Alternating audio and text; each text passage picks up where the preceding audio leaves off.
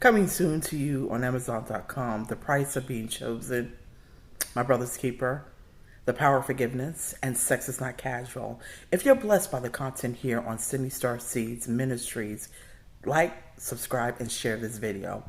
Today I'm going to talk about don't get upset with people. Just remove yourself. Do not allow yourself to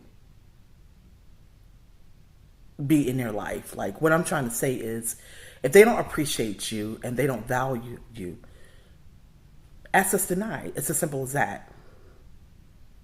One of the things that I have learned over the course of the years is that when you give to people, they're not necessarily going to appreciate you, and they're not going to pour back into you as you've poured back into them.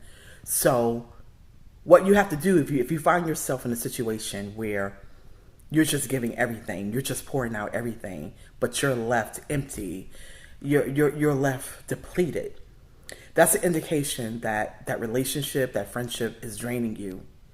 And if you no longer want to be drained, then you need to remove yourself from that situation.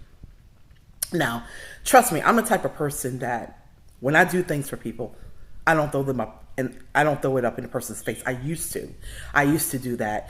And you understand what I'm saying? You shouldn't really throw things up in people's faces, because if you really gave with a heart of God, then you don't have to do that. You don't have to throw things up in their face, because they know what you did. Trust me, they know what you did.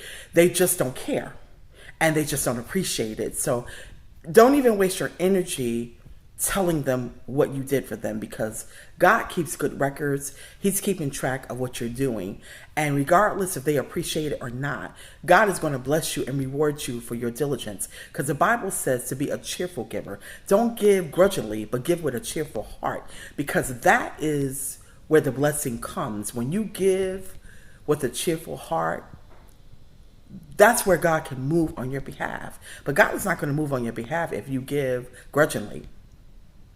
It's just like in church.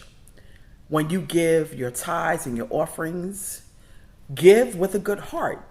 And don't expect the pastor to appreciate it, because you're giving the money unto God. That's what you're doing. You're giving the money in order for the ministry to function, for bills to get paid.